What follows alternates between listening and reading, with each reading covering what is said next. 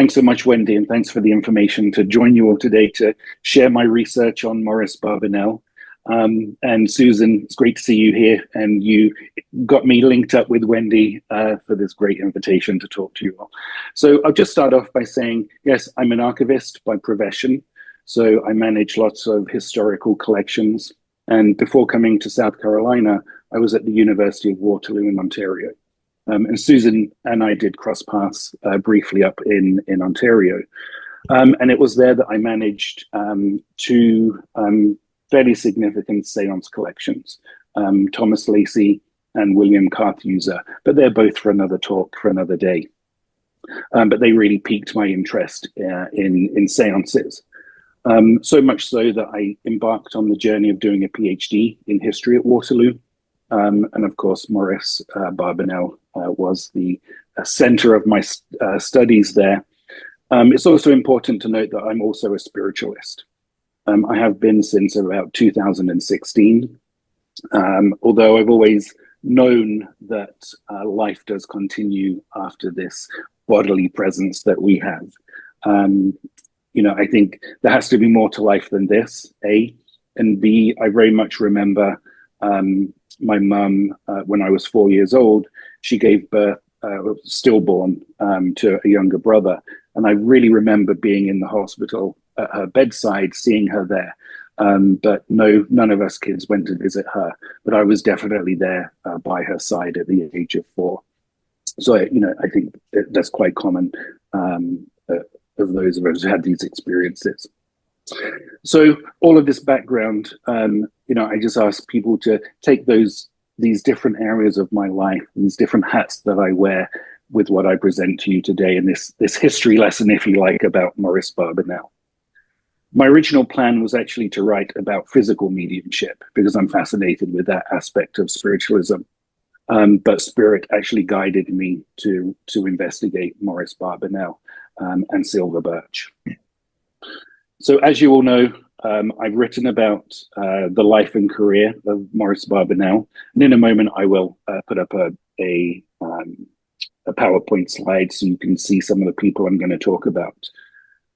Barbanell was a British businessman, he was a journalist, he was a newspaper editor and a medium, and a long-time propagandist of spiritualism. Now, throughout my PhD journey, my supervisor would always question me about the use of the word propaganda. He felt that it didn't fit here. But as we all know, propaganda fits very well with spiritualism, and he himself called himself a propagandist. Silver Birch also does feature in my research, but as we will hear, I have a rather conflicted relationship with spirit guides that I will touch on briefly today. My work studies in detail for the very first time the contributions that this one man made to a movement and to a religion that has ebbed and flowed in popularity. But his work led him to being called Mr. Spiritualism. Leading figures of spiritualism came before him.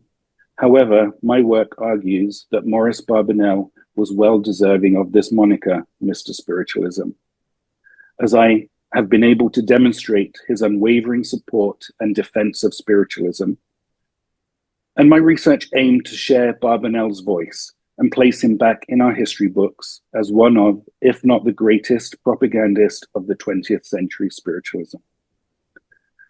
Sadly, no central archive of Barbanell exists, so I was able to piece together his life through using Psychic News, which has been wonderfully digitized by the University of Manitoba, their special collections and archives. It's available online. I also went to the UK and I visited the Harry Price archives at Senate House Library, which was an amazing collection, and I can't wait to go back and do some more research there. I got to go to Lambeth Palace Library and investigate their archives, also the British Library. I'm currently changing or transforming my dissertation into a book. I'm under contract with White Crow Books in the UK. That book will be based on my dissertation with 2 new chapters, one of which will be entirely dedicated to Silver Birch, and one will be a new chapter on Maurice Barbanell on the international stage, which I didn't touch on so much in my my dissertation. With that, I'm going to share my screen.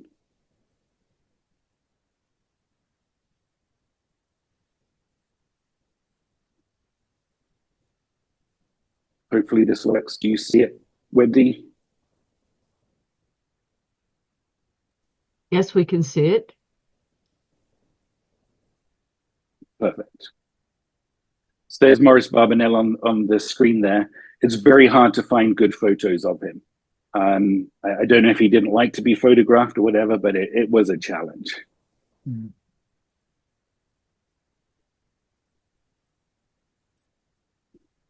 Of course, Dale, my slides won't advance. Here we go. So I'm going to talk a bit about his humble beginnings, which launched him into a meteoric rise through spiritualism. I'll touch on who was Silver Birch. I'm going to talk a bit about libel fraud and, yes, a beating with a horsewhip. I'll talk about Barbanell being at war with the churches. Then, of course, his promotion, as he called it, when he passed to spirit, and a brief conclusion. So, Maurice Barbanell was born on May the 3rd, 1902, and he started life in very humble settings. His parents, Manel and Rivka, who later was known as Rachel, immigrated from Russian Poland in 1900 and 1901, respectively, to start a new life with their young family. They had two children who were born before Maurice, who were born in Russian Poland and came to England with Rivka. The picture on your screen is Bell Lane in London, and I'll talk about this in just a second. The family initially settled at number 5 Union Street in the East End of London. Maurice, and I just want to point out here, for years I've been calling him Maurice because that's a very North American pronunciation. I recently was able to interview a journalist who worked for Maurice Barbanell, and he was curious about why I called him Maurice because they, as Wendy and everyone has been calling him, it was Maurice. He just changed his name to a fancier spelling than the traditional Maurice. So Maurice was the middle of 5 children. He was sandwiched between 2 elder siblings I just mentioned, Sophia and Samuel, and he had 3 younger siblings, Sarah, Esther, and Annie. His dad, Manel, was a hairdresser and a dentist, which is interesting because, you know, dentistry wasn't a licensed profession at those times. So he would perform dentistry in the home, as well as hairdressing. And this was only in a 2-room apartment in what is now the City of London, as we see on the screen.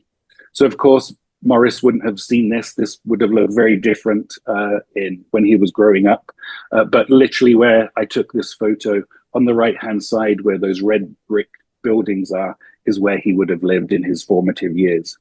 And then as I just turn to the left, you can see all of the new high-rise skyscrapers in the City of London.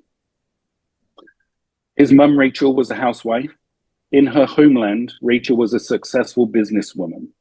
I had the great opportunity of talking to a woman called Leslie Brooks, who was Maurice Barbanell's niece. She never met her uncle, as I'll talk about shortly, but she was able to say that her grandmother owned a millinery factory in Russian Poland, so she was quite successful there. His mum, Rachel, was also devout in her Jewish faith. His dad, Manel, was an atheist. And according to Maurice, there were often lively debates in the house around the subject of religion, and Manel almost usually always won that argument. And I think that this upbringing certainly would have contributed to Maurice becoming an atheist himself before turning to agnosticism and then finding spiritualism.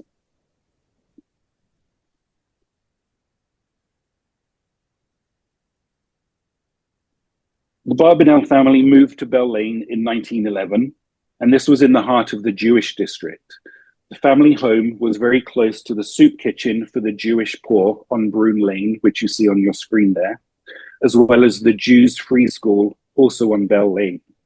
That school was founded in 1817, and it was the most prominent Jewish school in London and had 4,250 students by the time the Barbanell family moved to this area. Manel was still working as a hairdresser from the home, but at this point he was able to employ an assistant who went by the name of Jack Silverstone, who also lodged with the family. So you can imagine there were 5 children, 2 parents, and an assistant living in a 2-bedroom apartment. Later in life, Maurice Barbanell was reported to have said that his childhood home was infested with bedbugs, and I quote, "On a nightly basis, the family would get wet bars of soap to get rid of the bedbugs." By 1921, the Barbanell family now had the youngest daughter, Annie, who was born in 1915. They had relocated to number 36 Bell Lane, just up the road. And this move enabled the family to double the number of rooms they occupied from 2 to 4. Manel was assisted in his hairdressing work by the 2 eldest children, Sophie and Samuel, and they were still working outside of this family home. And Maurice was working as a silk and ribbon warehouseman at a company called Charles Clay and Sons Limited. Now, little is known about Maurice's early years. He was shunned by his family, likely around the time that he found spiritualism, and he lost all contact with them, and he never spoke to them again. Wow. So at this point in my talk, I'm just going to offer a brief glimpse into Maurice Barbanell's private life. He was a very private man and rarely spoke about his private life with his colleagues at Psychic News. The one time he would open up is when he would ride the train from central London to just outside of London to have Psychic News printed, and he would travel with his assistant editor to do that work, and they would have some candid conversations on that train. At the age of 23, he married a woman called Lily Phoebe Black, and that was on August the 15th, 1925. The marriage certificate lists Barbanell's occupation as a hat lining manufacturer, and Lily was a commercial clerk. They had a son called Derek, who was born in 1927.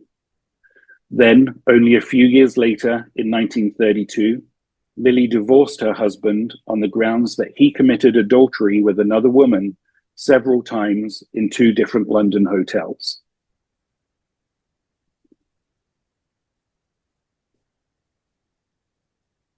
Only 4 days after the marriage was legally over, on September the 26th, 1932, Maurice Barbanell married Sylvia Abrahams.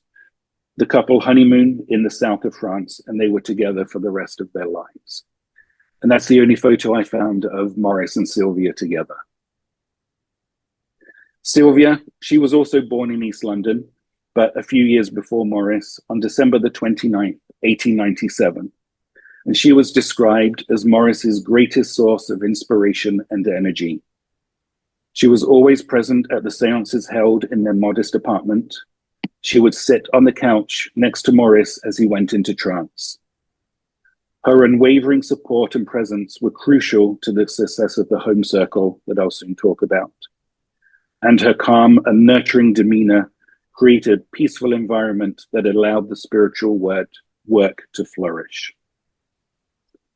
Now, Sylvia Barbanell was also a talented writer herself.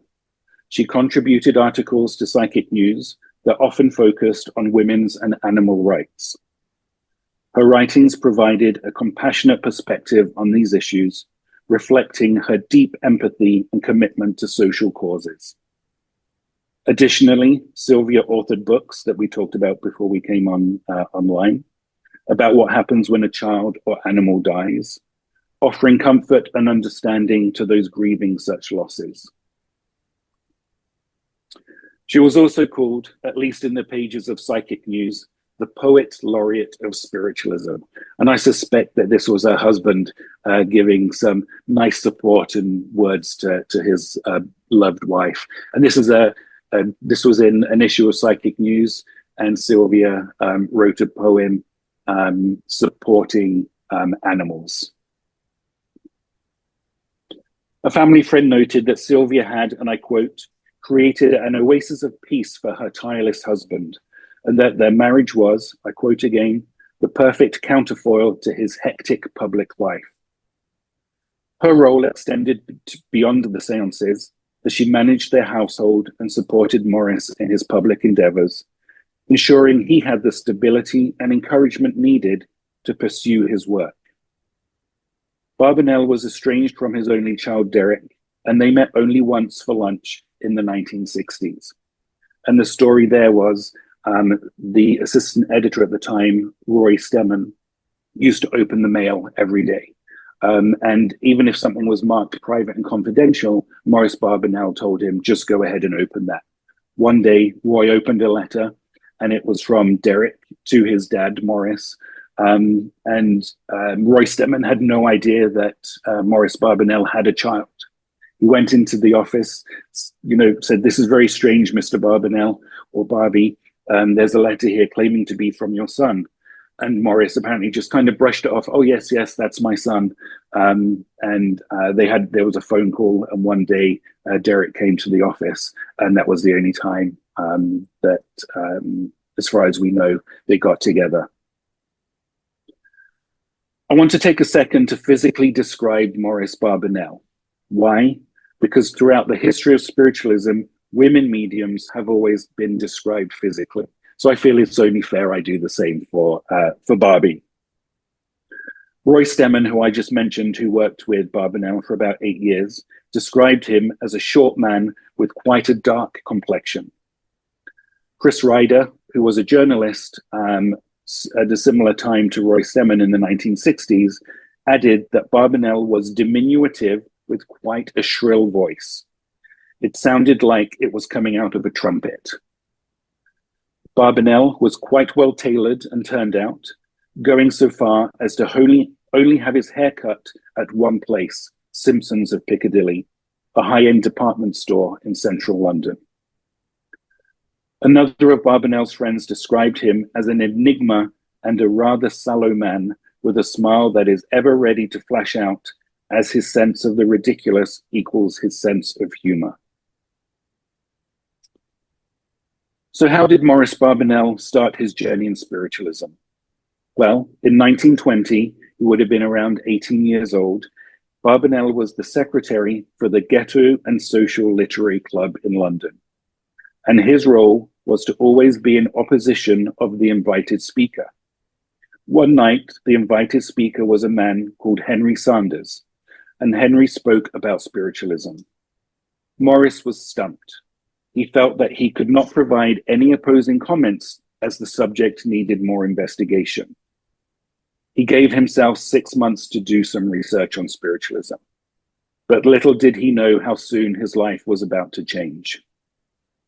Henry Sanders, the speaker I just mentioned, invited Barbanell to a séance held in the East London home of Ethel and Tobias Blaustein, seen on the screen.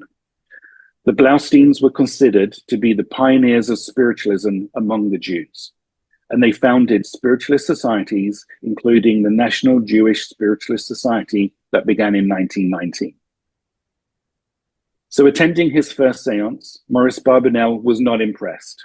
In fact, he had to, and I quote him, "stifle my derision when members of the home circle were supposed to be controlled by entities of different nationalities."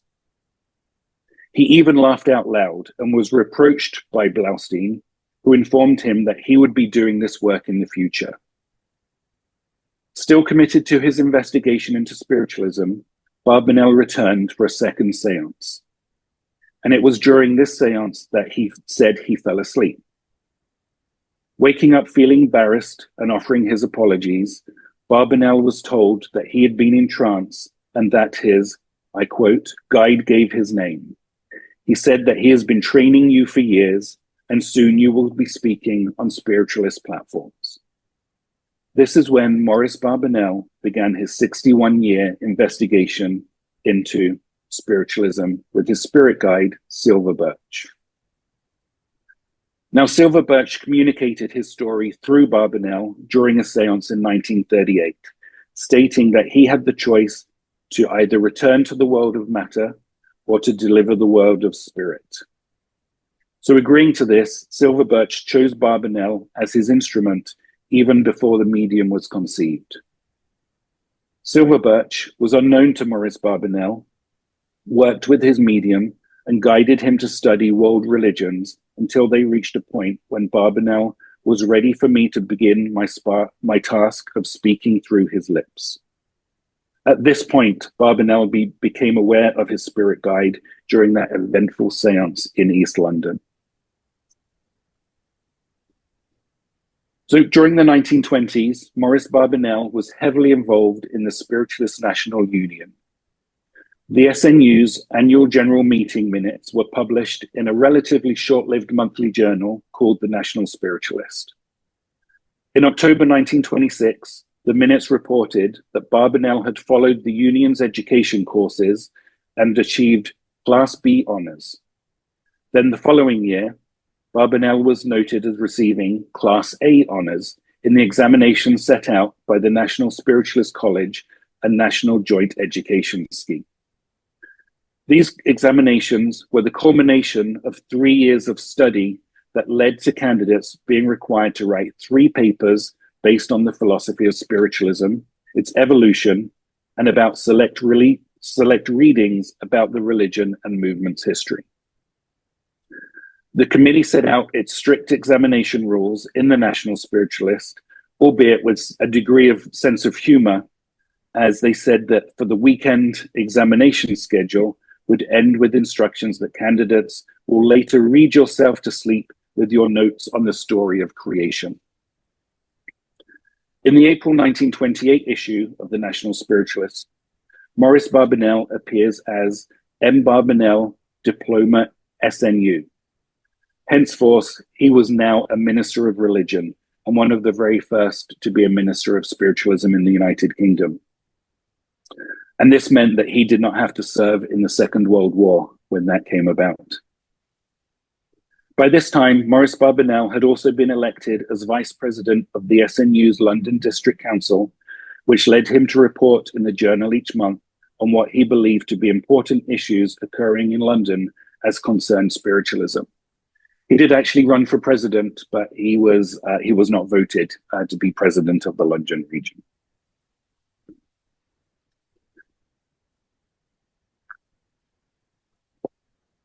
So hopefully some of you recognize this great portrait of a man on your screen there. This is Hanan Swaffer. Barbanell became friends with Swaffer around 1927. Swaffer, or Swaff as he was known, was a well-known critic, a drama critic and spiritualist, and who was also known as the Pope of Fleet Street. The friendship between these two men was cemented in 2 ways. The spiritualist propaganda work they undertook, including for the Spiritualist National Union, and number 2, Barbanell's involvement in the Hanan Swaffer home circle. So starting with the propaganda work, possibly the earliest public lecture that Maurice Barbanell gave was in 1921, when he gave a lecture about spiritualism in a cycle shop at the side of the Old Town Hall in Worthing in West Sussex. I believe the shop was Curry's Cycle Company. And remember, this was only 1 year after he found spiritualism that he was already speaking publicly about. By the mid-1920s, Barbanell was giving lectures around the country before sharing the platform with Swaff, likely around 1927. During their joint lectures, Swaff would normally proclaim the truth about spiritualism, and Barbanell would protest against the laws that condemned mediums. And if this wasn't enough, Barbanell and Swaffer were tasked by the SNU to restart the union's propaganda campaign. This is just a typical advertisement that would appear in actually the regular press. So I spent hours and hours and hours looking through the British newspaper online archive. That is an amazing resource, searching for any mention about Barbanell. And literally every time he was speaking with Hanan Swaffer, an advertisement appeared in the local newspaper of the town that they were going to be speaking at. So in this one, the talk was Spiritualism Expounded by Maurice Barbanell Esquire and Hanan Swaffer Esquire. Often they would have a regular person, if you like, who would be chairing the meeting, often a justice of the peace or the local town mayor. And after 3 years touring the country with Hanan Swaffer, they addressed some 250,000 people. And often it wasn't unusual that they wouldn't do two propaganda meetings in a day and then drive back to London. They really put a lot of energy into this tour. Now, by the time they were doing this, it appears that Barbanell ended his official work with the Spiritualist National Union around the time of the founding of Psychic News in 1932. However, that was not the end of his efforts to propagandize spiritualism. In August 1934, an article in Psychic News stated that the newspaper was taking the lead in spiritualism's open air campaign that was to take place every Sunday during the summer at 3 p.m. Maurice Barbanell was slated to be the first speaker at the Reformers Tree in Hyde Park, central London. So this photo is here of Maurice Barbanell in Hyde Park propagandizing spiritualism to the crowd. The article in Psychic News went on to ask, now, will some qualified speakers volunteer?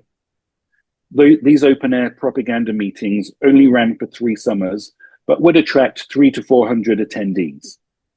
And according to the reports in Psychic News, the Hyde Park campaigns were somewhat more eventful than the meetings that Barbanell and Swaffer held for the SNU.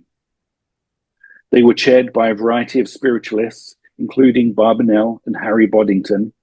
And as I said, the meetings drew a crowd of people who knew a lot about spiritualism and many people who knew nothing. Barbanell's Hyde Park campaign ran for one last time in September 1936. As before, the public were invited to comment or pose questions about spiritualism. And one attendee stated that spiritualism is a delusion, before going on to claim that spiritualist phenomena could all be explained by assuming that the medium read the mind of the sitter and got from it the impressions left by the dead person when he was still on earth. Barbanell was the speaker during this last meeting. He met this critic's statement with his usual dry style, and he said, after complimenting the opponent on his nerve in daring to criticize spiritualism after such inadequate experience, he pointed out that the theory put forward could not explain such phenomena as direct voice, materializations, spirit photographs, levitation, the movement of objects, or a fraction of the phenomena that prove our case. Barbanell wanted to hear opposing thoughts about spiritualism so that he could politely yet firmly rebuke the critic, something he was well known for throughout his years in spiritualism. And this is something that I have grown to love about Barbie, is that he didn't just want to hear positive things about spiritualism. He wanted to hear the complaints, the criticisms, so he could take people to task and kind of educate them and tell them they were wrong. Now, let's get to the Hannon Swaffer home circle. Hannon Swaffer, a spiritualist for about 6 years, started his own home circle in 1930, known as the Hannon Swaffer Home Circle. Now, this began after he took a woman friend, a singer trained under Enrico Caruso, to a mediumship demonstration by Estelle Roberts. This friend, who had clairaudient and clairvoyant abilities, revealed to Swaffer that she had been sitting with her husband and sister without the aid of a spirit guide. Swaffer cautioned her about the dangers of this, leading to the appearance of a spirit guide named White Shadow. Over time, this medium developed from being clairaudient and clairvoyant to becoming a trance medium. Various spirits, including Sir Arthur Conan Doyle, visited the circle. And by 1932, Maurice Barbanell joined, and his guide, Silver Birch, worked alongside White Shadow. A.W. Billy Austin reports in his book, Home Circle, that Silver Birch gradually took over as the teacher of the home circle. Austin explained that this circle was successful as all the sitters and their guides had been carefully chosen by the spirit people.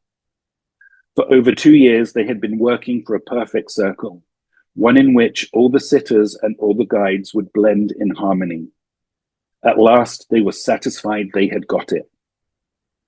The phenomena grew over time, with trumpets whizzing around the room, to a hand being materialized, to a visit by the spirit of a German actress named Annie Ahlers, who wanted to share with the circle that she did not die by suicide.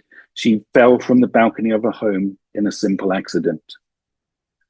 The phenomena experienced at the home circle was outstanding.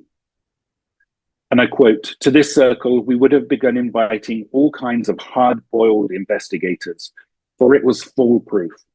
But alas, there was a silly argument one night. The conditions were disturbed, and we had to stop sitting. Hannenswaffer fell out with his friend, the woman opera singer, and a new Hannenswaffer home circle was formed. Silver Birch was now the chief guide." I have spent many, many hours trying to find the name of this woman opera singer, and I have not been able to find it, but I'm not going to give up. I know there's one person I've spoken to who thinks they have the name, but I've asked her not to share it yet until I do some more investigating. The home circle met every Friday evening at Maurice and Sylvia Barbanell's home in St. John's Wood in northwest London. This photo on the screen, so those 4 windows you see, that was the apartment that the Barbanells lived in for when they were married until he passed away. These first 2 windows, so this is Adelaide Court. This was literally 3 minutes walk away from Abbey Road, where the Beatles did all of their recording. So he was right in the thick of it when everything was happening in the 60s there.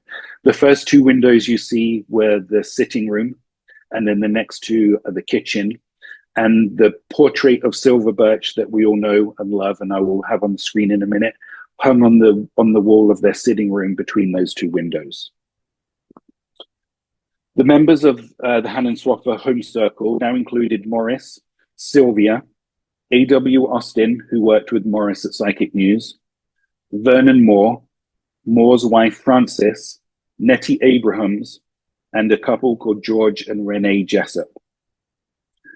Austin recorded Silver Birch's words in shorthand, and which was initially challenging due to the darkness of the seance room. So he went from using regular paper to using Braille. So he knew where the page was ending. Vernon Moore was initially a skeptic, and he was challenged by Hannenswaffer to investigate spiritualism. And he made reports in Psychic News that led him to become a believer and actually a well-known spiritual healer himself. Francis Moore took over as the circle's stenographer when Austin left, recording Silver Birch's teachings. Nettie Abrahams, who you see on the screen here, she was the long-standing member. She was an animal lover who worked for Psychic News, and she volunteered to help Maurice after her mother died, and she became known as the voice of the newspaper as she answered the telephone. Nettie was also at Maurice and Sylvia's wedding. She's listed as one of the witnesses, and I believe she was likely a cousin to Sylvia Barbanell. Maurice Barbanell's role as Silver Birch's channel was kept secret. In 1935, but a poorly kept secret, I have to say. And I will be writing more about that in the book. I found some evidence where if you were reading the press carefully, you would have had a good idea that Maurice Barbanell and Silver Birch were working together. In 1935, Psychic News invited readers to submit questions to Silver Birch. And as with all the articles featuring the Spirit Guide, no mention was made of Maurice Barbanell. Instead, readers were asked to send in their questions if they were sincere, and the newspaper stated that it had made arrangements to ensure that the medium used by this guide will not see the questions asked. As the editor of a spiritualist newspaper, Maurice Barbanell was concerned that there would be criticism that publication would flatter my vanity. I will leave my name out and let the spirit teachings stand or fall on their own merit. The teachings of Silver Birch were shared in the newspaper. By August 1957, the teachings had been published in 7 books, as well as many, many, many issues of the newspaper. Barbanell wrote that the teachings have won through on their own merits, There is, therefore, no longer any need for anonymity. Besides, being very frank by nature, I dislike secrecy. So in 1957, The Secret was out. Maurice Barbanell was Silver Birch's channel. Maurice Barbanell was a successful businessman for a few years. He held company directorships and was the proprietor of his own company and owned several properties. Then, by the time of the Great Depression in 1931, his success fell apart, just like his first marriage, and he was forced to close the businesses he owned, reducing his income to just one directorship. At this time, Hannen Swaffer's business manager, J.M. Rubens, approached Barbanell and Swaff to provide some editorial support to a psychic publication that was being considered. But nothing came of this venture. However, Rubens, who was helping Barbanell wrap up his business affairs, suggested to Barbie that he start his own newspaper, partly financed by the sale of some shares, and that this paper should report on spiritualism. Barbanell wrote that he was startled at this suggestion. However, he recalled a seance with Alfred Wout Peters, at which Peters' guide said, and Barbanell was quoting from notes he made at the time, "W.T. Steed is interested in you. You have a journalistic urge in your fingers. Cultivate your writing powers. Later on, you are going to do writing work. I see the association with Hannen Swaffer. You will contribute to the newspapers, but try to make your writing short and crisp." Shortly before this Peters seance, Barbanell was sitting in an Estelle Roberts seance. Roberts' spirit guide, Red Cloud, said to Maurice, "We have plenty for you to do. Our plans are already made. They only have to materialize in your world. You are going forward to do a bigger work." "I knew I was being asked to make the biggest decision of my life," Barbanell wrote. At the age of 30, a businessman with no experience in journalism, except for his friendship with Hannen Swaffer, Barbanell had reservations concerning the news delivered to him by Red Cloud, a spirit guide of whom Barbanell was very fond of and whose words he believed in. Barbanell decided that on so important a matter, he required confirmation. So to help with this significant life change, Barbanell sought out a medium who did not know him, something I think is a challenge considering his position within the Spiritualist National Union and his large-scale propaganda tours. He soon met Kathleen Barkell. At that time, Barkell had worked mostly in the privacy of her own home with her spirit guide, White Hawk. And White Hawk told Barbanell that everything was ready for a psychic newspaper to be launched and that he must accept that proposal. Lord Northcliffe, who was Swaffer's former boss, who was in the spirit world, also appeared at this seance with Barkell and apparently caused Barbanell's fountain pen to leak ink all over his hands. This accident was a demonstration of Northcliffe's dissatisfaction with the current state of psychic journalism. Whitehawk told Barbanell that the deceased master of Fleet Street had come in connection to the newspaper, and he says, "Go ahead with it." Hence, with the encouragement of 3 dead men, 2 spirit guides, and 1 former newspaper editor, Barbanell decided to devote the rest of his life to informing the public about spiritualism. J.M. Rubens, Barbanell, and Swaffer were to invest £1,000 each in the founding of this newspaper. However, Swaff withdrew his financial support at the last minute, saying, and I quote, "If it's a success, they'll say I'm making money out of spiritualism." And this left the initial investment of just over £666 between Rubens and Barbanell. And Barbie had to borrow his half from a friend owing to his precarious financial situation that he was faced with. Psychic News was named by Hannen Swaffer and was launched on May the 28th, 1932. Before the launch, Red Cloud, working from the spirit world with others, told Barbanell that the paper had to be bright, fearless, stand for the truth, and above all, print the evidence for survival. And that they certainly did. This is the first edition on the screen. and it did not fail to carry out Red Cloud's advice. As you can see, the leading headline was, "I challenge the Daily Mail." This was an article written by Hannon Swaffer and was a direct challenge to the Daily Mail over accusations of fraud they had printed against a well-known London medium, Meurig Morris.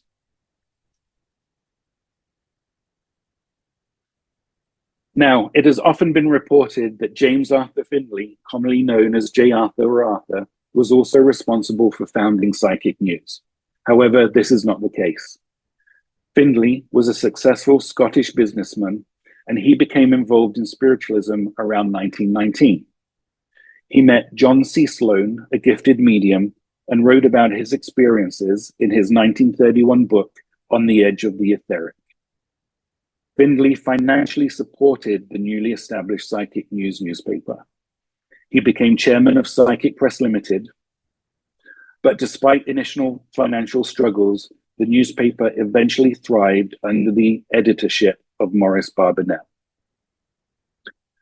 However, in 1946, Barbanell resigned due to a disagreement with Findlay over the future of the newspaper's shares and Findlay's estate.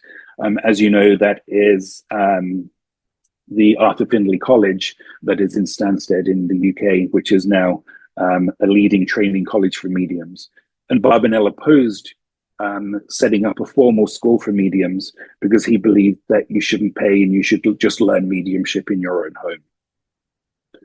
After he resigned, Barbanell went on to edit the rival newspaper Two Worlds for 16 years before returning to his beloved Psychic News in 1962. On returning, he revealed the financial difficulties the newspaper faced during his absence and credited its survival to spiritual guidance. The shares that separated his friendship from J. Arthur Findlay were eventually transferred to the Spiritual Truth Foundation, ensuring the newspaper's continuation. And of course, I will just add now, I'm sure everyone in the room knows, Psychic News is undergoing financial difficulties again. They've been supported by the JV Trust for years, and then last year the trust decided it was no longer supporting the newspaper financially. And they do have a GoFundMe account for support because the newspaper sadly is close to closing, which I think is a shame considering we're so close to 2032 and the newspaper's 100-year history, 100-year anniversary. So Silver Birch. I cannot talk about Maurice Barbanell without sharing a little bit about his companion of 61 years, Silver Birch. So this is with a caveat. I think the subject of spirit guides is arguably a perplexing and complicated one that has presented itself throughout the history of spiritualism, and talking about them and the issues that arise is for another talk. Even for Silver Birch, the existence of spirit guides was rather a complex subject. He stated that he preferred to use the word individuality rather than personality, and he defined individuality as the soul or spiritual makeup, whereas the personality was purely physical. But who was Silver Birch? In the foreword to the first book of Silver Birch's published teachings, Hannon Swaffer wrote that the spirit guide told the home circle that, and I quote, "He had come in the form of a humble Indian to win your love and devotion." Swaffer shared that in the early days of the home circle, Silver Birch spoke very few words of English, and those with a very crude accent. This, however, soon changed when it was reported that Silver Birch's words flow in perfect English. The Hannon Swaffer home circle with Silver Birch always started and ended with a prayer or invocation given by the spirit guide. One invited sitter told how the prayers would have a similarity of theme, but the words are always different. The exception was how Silver Birch closed the prayer. He always ended the prayer with, and I quote, "This is the prayer of thy Indian servant who always seeks to serve." So service was key for Silver Birch, and anyone who has read Silver Birch's teachings will know that. During a seance in 1940, Silver Birch said, "I lived once as a Red Indian held up to children as the example of savagery. But never have I seen amongst the tribe in which I dwelt anything that by the remotest possibility compares with the savageries practiced by the civilized people of your world. Hanan Swaffer proclaimed that Silver Birch was not a Red Indian. Who he is, we do not know. We assume that he uses the name of the spirit through whose astral body he expresses himself, it being impossible for the high vibration of the spiritual realm to which life begins to manifest except through some other instrument. The exact origins of Silver Birch are not really known, as the guide never revealed his true identity, despite promising to do so one day. However, he did state, "Silver Birch is not my name. It is the name of the Indian spirit I use as a transformer that enables me to lower my vibrations and reach your world. The name does not matter. I am not a Red Indian. I belong to another race in another part of the world that goes back much further." Silver Birch also told the Hanan Swaffer home circle, "I had to come in the form of a humble Indian to win your love and devotion, not by the use of any high-sounding name, and to prove myself by the truth of what I taught. That is the law." And of course, Silver Birch was not the only Native American spirit guide over time. White Hawk with Kathleen Barkell, White Feather through Thomas Wyatt, Red Cloud, Estelle Roberts. It goes on and on and on, and I go into this in much more in depth in my dissertation. Now, we all know that accusations of fraud against mediums have been thrown around since modern spiritualism began. And Maurice Barbanell's position on fraud within spiritualism was clear. He wrote, and I quote, "I have met fraud, both willful and unconscious. I think I can say that I have exposed more charlatans in this field than any other person. My ability to unmask the trickster has been due to the fact that I have witnessed so many genuine phenomena that I was able to recognize the counterfeit. After all, the spurious is a copy of the real. Were there no genuine phenomena, there could be no simulations of them." And I think that is key to his outlook on spiritualism and fraudulent throughout its history. Now, Maurice Barbanell was not afraid to use his platform, Psychic News, to either publicly denounce or publicly support mediums and accusations of fraud. In 1938, the International Institute for Psychical Research announced the resignation of its chairman, J. Arthur Findlay, due to a libel action initiated by Dr. Nandor Fodor, as we see on the screen. Fodor was the Institute's research officer, and he had brought action against Psychic News.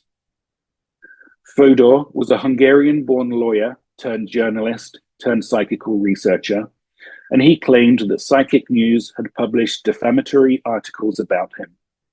The newspaper, of course, denied any wrongdoing and refused to issue an apology. And by that, Maurice Barbanell refused to issue an apology. Fodor had previously written for Psychic News, and he had even had a notable experience where a medium channeled his deceased father speaking in Hungarian, which was a language that the medium did not know. And that medium went by the name of William Carthuser, and that's another talk I can come to at some point in the future. Carthuser was a well-known medium in the States and at Lilydale, who eventually was called out for charging people and giving them information that he believed they wanted to hear. So his mediumship did become colored by money, unfortunately, over time. This libel case with Nandor Fodor began in 1939, in March of that year, and it centered on Fodor's allegations that the articles suggested that he was unfit for psychical research. The case drew significant media attention, with headlines highlighting the unique nature of the trial. Fodor's claims included accusations that he was biased against mediums and that he had invented an infrared tool to photograph materialization mediums. The trial featured testimonies from various witnesses, including supporters and critics of Fodor. Ultimately, the jury found in favor of Fodor on 2 of the 4 articles, concluding that he had been defamed in the newspaper. Now, in the fall of 1937, the American medium, John Kelly, who was known for blindfold ballot reading, held a public demonstration in London. This involved answering questions from sealed envelopes while blindfolded with the aid of spirits. Psychic News invited conjurers, magicians from the Magicians Club and from the Institute of Magicians to this event, which turned contentious when the conjurers were accusing Kelly of fraud. In response, Maurice Barbanell challenged the magicians to replicate Kelly's demonstration. The Institute of Magicians accepted the challenge. And on the screen here we have the Zomars. So we have Madame Zomar and her husband, and Madame Zomar attempted this demonstration in January 1938. However, her performance was criticized by Barbanell in Psychic News as being amateurish. And this led to a libel lawsuit against Barbanell and Psychic News. So this couple's real names, Alfred James Giddings and Adelaide Ellen Giddings, they were a conjuring couple famous for their act called The Unsolved Mystery, which was based on thought transference. And they had been performing this act for over 30 years and claimed that they did not use codes during their performances. Mr. Zomar would move around the audience without speaking, while Madame Zomar was blindfolded and she would describe the items taken in the audience, taken from audience members. Now, their court case was held in March 1939, and they were suing for damages over the article and a poster that was used to advertise the newspaper. They claimed that their act was based on thought transference and did not involve codes, as I just said. Barbanell defended his article, stating that it was a fair description of the event. However, the jury found the article to be defamatory, but not the poster, and they awarded the Zomars £100 each. Psychic News reported this outcome, noting the significant costs they had incurred and appealed to readers for financial support. The case highlighted the ongoing tension between spiritualists and skeptics, with both sides defending their practices. And I think it's interesting that the Times newspaper would report on the court case, and it's interesting how often spiritualism was often ridiculed by the judge who was presiding over the case. Harry Price, as you see on the screen, as you all know, was a self-proclaimed psychist, but was known for his skeptical approach to spiritualist phenomena and mediums. His interest in psychical research began in 1896, but he only turned to it professionally around the age of 40. He founded the National Laboratory of Psychical Research in order to encourage academic interest in the field. He really wanted a university to develop a course to teach students about this. Despite his skepticism, he respected only a few mediums' work, including Eileen Garrett. His relationship with Maurice Barbanell started cordially, but became adversarial over time. Barbanell invited Price to contribute to Psychic News, but their relationship soured after Price's Brocken experiment in 1932, which aimed to debunk black magic, but ended in ridicule. So what was the Brocken experiment? Harry Price, along with Dr. Cyril Joad, who was a noted philosopher from the University of London, and others, traveled to an area called Brocken in the Harz Mountains of Germany. And they went to conduct an experiment in black magic on the mountain known in Germany as the Witches' Trysting Place, where mysterious and often sinister rites are believed by the superstitious to have been performed in the past. The aim of the experiment was to demonstrate that the days of sorcery are over, and it involved a virgin, a group of magicians, and a white male goat whose mouth was to be smeared with blood, honey, and the metal scraped from church bells, and the goat was covered with a pure white cloth. After a series of incantations around a fire, the goat was supposed to be transformed into a youth of surpassing beauty. Not surprisingly, the experiment's results, or lack thereof, received attention in the press with headlines such as "Black Magic Fade Out, Hey Presto, but oh, it was a no-go. How they played the goat on the Brocken." And another headline, "Same old goat, black magic could not change him. Police called to keep order at Mystic Circle." And that was the regular press. Psychic news was no exception. In Maurice Barbanell's All Worlds Are One section, he ran a headline, "Playing the Goat." Barbanell displayed his derision of the event that transpired, stating, and I quote, "We seldom agree with humorous articles on psychic matters, but we do applaud the ridicule poured upon the Harz Mountains experiment." He went on to write that Price and Joad were wasting their time standing on a mountaintop at midnight to test whether there are witches. The only witches are the ones that made James I seasick before he passed the Witchcraft Act, under which spiritualists still suffer. You cannot take the National Laboratory of Psychic Research seriously if it goes in for this sort of thing. This, of course, led to a public spat between Barbanell and Price. Price defended the experiment, stating it was to demonstrate the futility of black magic, not to test for witches. But Barbanell continued to deride Price, leading to a breakdown in their relationship. Later on, Barbanell challenged Harry Price over his claims about the medium Helen Duncan, further straining their relationship. Now, if you remember when I said what I was going to talk about, I mentioned a horsewhip beating. So we're getting to that interesting piece in Maurice Barbanell's life now. In 1948, Psychic News published a story about the direct voice medium William Roy, who you see on the screen, detailing how two anonymous medical doctors attended one of his seances and confirmed that the spirit voices did not come from Roy himself. But despite such validations, Maurice Barbanell continued to expose fraudulent mediums, including Roy. In August 1955, Barbanell listed Roy among mediums caught cheating, which led to a violent confrontation where William Roy's wife, Mary Plowright, attacked Maurice Barbanell in the street with a horsewhip. This incident was widely reported in the press and resulted in a libel lawsuit against Barbanell by William Roy. And she was fined £3, she wasn't having any of it at the court. She gave the judge a good run for his money as well.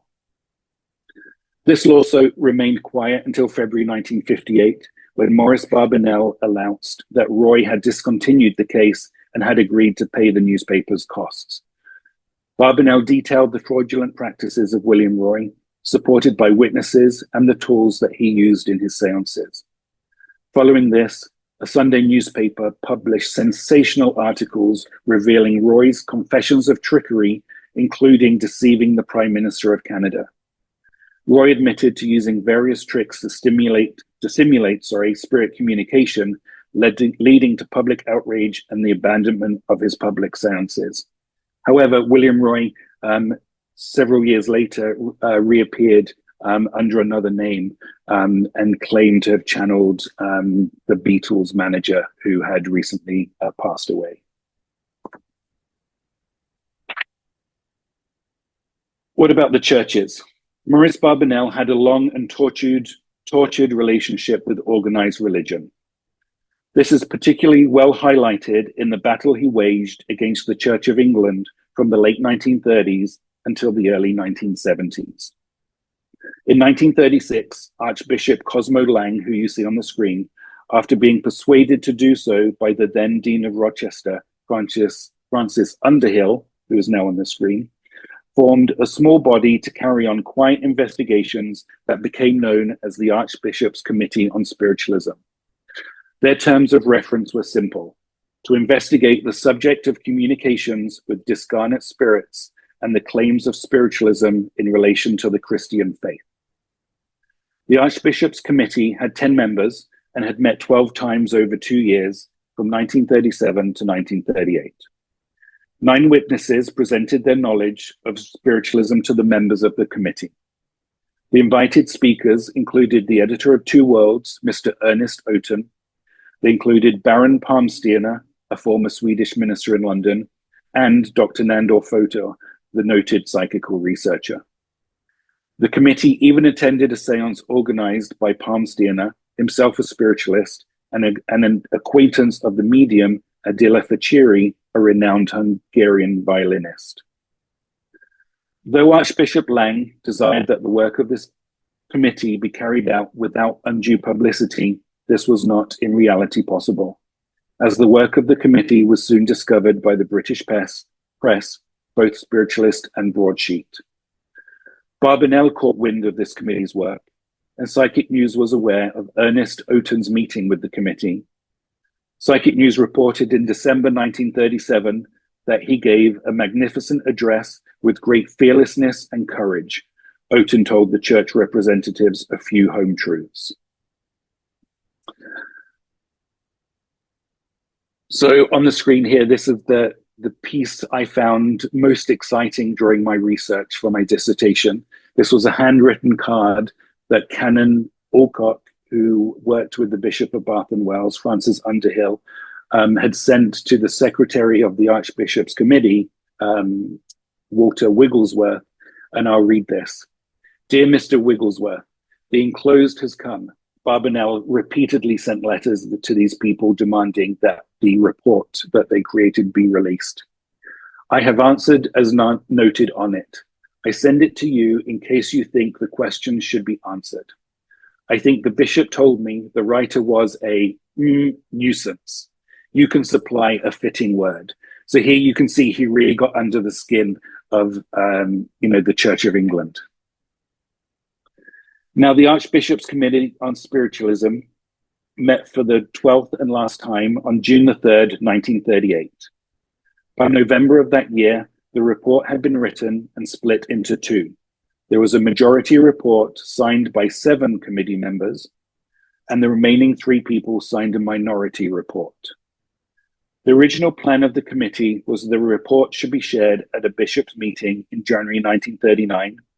However, as Francis Underhill was unwell, the Archbishop of Canterbury decided to delay sharing this report until another meeting.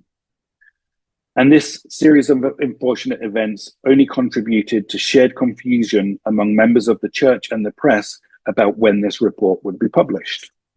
Nothing happened. Barbanell firmly believed that the Archbishop of Canterbury had suppressed the Committee on Spiritualism's report because it was favorable to spiritualism. And there was a lot of noise in the press over the coming years, although a little less during the Second World War.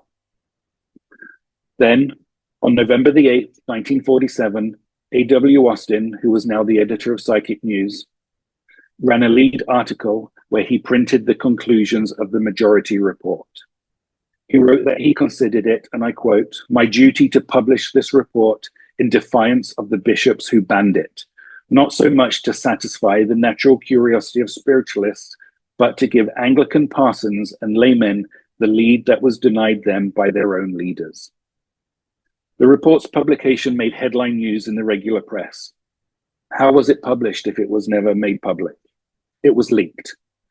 Maurice Barbanell claimed that he was able to read this report in the office of Dr. Brown, who was one of the committee members. Dr. Brown would not allow Barbanell to take a copy of this confidential report. Instead, what transpired was that Dr. Brown took a copy out from his desk and handed it to the editor, allowing him to read it while he was in his office. Barbanell wrote that he was blessed with a retentive memory. After reading the report, he returned immediately to the Two Worlds office and dictated from memory all that he could remember of the report. He later claimed that this was his greatest scoop, but it remains unclear whether it was Billy Austin or Maurice Barbanell who really had the scoop. Especially, as I've been told, Maurice Barbanell did not have a photographic memory. This report remained closed until March the 1st, 1979, when the then Archbishop Donald Coggan permitted the Church's Fellowship for Psychical and Spiritual Studies to publish the report. The press office wrote, "After 40 years in wraps, a report on Christians and spiritualism is unveiled today. The dust has at last been disturbed. Lambeth Palace Archives, opened, that is, to allow publication of findings that have been the center of speculation for decades.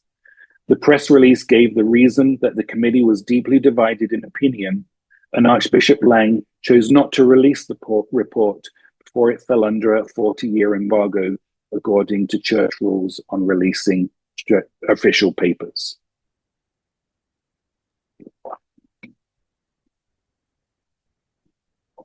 On July the 17th, 1981, Maurice Barbanell, aged 79, slumped back into his pillow and began his new life in the spirit world, following a heart attack.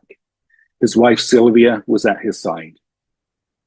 Tony Ortson, who was the assistant editor at Psychic News at the time, reported that Maurice Barbanell had been feeling unwell for some time after returning from a Spanish vacation with his wife.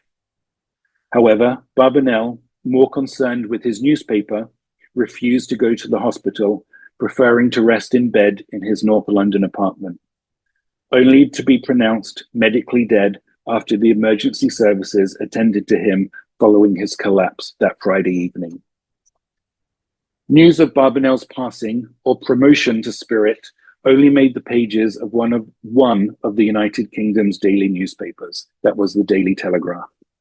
His obituary was simple: Maurice Barbanell, in London, age 79, founder and editor since 1932 of Psychic News, the spiritualist paper. The SNU's president, Gordon Higginson, commented, "For a while, one of the great lights in spiritualism has gone out. Someday in the future, it will light again."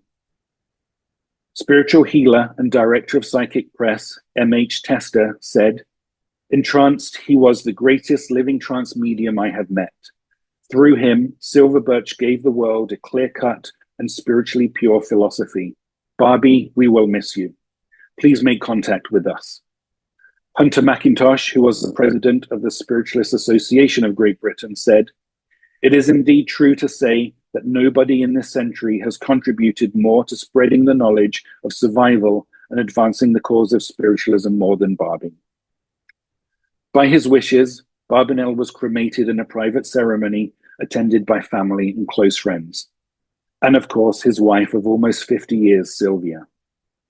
The service was led by Vernon Moore, and Moore said during the service, "We have not met to grieve, but rather to rejoice that Barbie has gained access to a greater life. We have no uncontrolled grief because we know that death is liberation. It is a step in the divine order of eternal progression." In his tribute to a man he called friend, Vernon Moore told the gathering that "we meet in fellowship to congratulate Barbie on his accession to an infinitely richer life. We also meet to pay tribute to a most unique life of service." Moore also commented that a man of such gifts as Barbanell possessed would have been wealthy had he pursued a business career. Barbie, he said, was not a rich man. His riches were the riches of the spirit. His rewards, people whose lives were transformed by knowledge. A memorial for Barbanell took place on October the 24th, 1981, at Friends House, the spiritual home of the Quakers in London. The Spiritual Truth Foundation received money raised by selling tickets to the memorial for £1 each. 1,200 attendees to the memorial were not only able to celebrate his life and work, but they also experienced public demonstrations of mediumship through Gordon Higginson and Joe Benjamin. Speaking at the ceremony, M.H. Tester paid tribute to his close friend, saying, "He was a great man. He moved, wrote, and lived at one level, but to many he existed at a much higher plane." Ending his tribute, "Barbie, you were told to spend your life spreading spiritual truth. Every man and woman here today will, I know, join me in saying, Barbie, you have succeeded." Maurice Barbanell was labeled Mr. Spiritualism in a national newspaper strip cartoon, likely during the 1960s. And according to Barbanell, this label was given to him because he was the expert on the subject, having edited the world's most popular newspaper for 40 years. Barbanell thought, however, that this was going a bit too far. By 1979, only 2 years before his death, he had actually decided that Mr. Spiritualism was his favorite nickname. No matter how humble Maurice Barbanell was, there is no doubt that he was Mr. Spiritualism. Now, did Maurice Barbanell return after his promotion to the spirit world? Yes, but it's debatable. That's the historian in me, not the spiritualist. Between his death and his cremation, Barbanell was reported to have made his first spirit return through the mediumship of Gordon Higginson, commenting on changes made to his office since his promotion. Higginson informed a Psychic News reporter that Barbanell had visited his office and commented on plants being present. Now, the editor always enjoyed fresh-cut flowers in his office, but never had a plant. And then, in the short time since Barbanell died, 4 plants had been placed in the former editor's office. Gordon Higginson continued to inform the reporter that Maurice Barbanell did not think that the chest infection that he suffered from during his last days would lead to his death. Furthermore, he had plans to communicate via various mediums with whom sittings will be held. And 2 of these series of afterlife communications of Maurice Barbanell are worthy of comment to their maybe dubious nature. Paul Beard was the president of the College of Psychic Studies, and he had a close friendship with Maurice Barbanell, and the 2 of them agreed that whoever died first would describe their experiences from the afterlife. Between 1982 and 1986, Beard communicated with Barbanell's spirit through the medium Marie Curie, and these sessions were published in a book called The Barbanell Report. In this report, Barbanell expressed concerns about his wife's health, and he emphasized that love is imperishable, suggesting that those who loved sincerely on earth would be reunited in the afterlife. However, he also noted that he had to alter his own way of thinking about Sylvia, indicating that they were individuals with their own paths. He recounted his experience of death, describing a sensation of sinking and rising simultaneously, feeling a bright light and being conscious of people around his bed. He felt no pain, and he was met by his mother and another family member, but he was disappointed that Silver Birch was not present. The Barbanell report faced criticism from Tony Ortson, who was now the editor of Psychic News, who questioned the authenticity of the communications, citing discrepancies in names and terms used by Barbanell. And Ortson challenged, like his friend Barbanell, Beard and Curie to provide evidence, which Beard rejected as impertinent. The controversy over the Barbanell report continued in Psychic News, with readers expressing support or skepticism. Beard defended the book, stating it was suffused with Barbanell's character, and he rejected Orson's literal demands for evidence. The debate ended in December 1987. A reader suggested an independent tribunal should resolve this issue. Little is known about the medium Curie. I know she retired to Cornwall in the south of England by 1999. And she confirmed that Barbanell chose her as the medium because they didn't particularly get along, raising questions about the authenticity of the communications. But Paul Beard left it to the readers to judge the source and worth of the report. In 2012, British-born materialization medium David Thompson was invited to California to hold 3 seances. During them, he materialized various spirit entities, including his leading spirit guide called William Caldwell, who was a young Cockney boy named Timmy, and also the musician Louis Armstrong. British direct voice medium Leslie Flint also appeared. During the second seance, Maurice Barbanell briefly materialized and informed the sitters that Silver Birch would also appear. It was reported that, and I quote, "There was a large whoosh sound as if the curtains of the cabinet were blown outward. A cold breeze was felt by many sitters. I and others got the impression that someone special had arrived. Silver Birch had materialized, and he spoke briefly about the great white spirit from the center of the circle. He then sang an Indian incantation or chant and left." David Thompson's partner, Christine Morgan, informed the hosts that Silver Birch had appeared twice before, and by the whoosh sound and a breeze of cold air. Another trance medium in Australia, Roy Allen, claimed to channel Maurice Barbanell and shared talks given through him. However, the authenticity of these communications has been heavily challenged by those familiar with Barbanell and Sylva Birch's work. Surprisingly, Maurice Barbanell was labeled as an anti-Semite during a 2020 episode of a YouTube show. In this interview, the person speaking stated that spirits informed him during seances that they would not present a Native American Indian if the sitter did not like them, as the sitter's mind needed to be receptive. This person used Maurice Barbanell and Sylva Birch as examples, incorrectly stating that Barbanell and Sylvia edited Psychic News.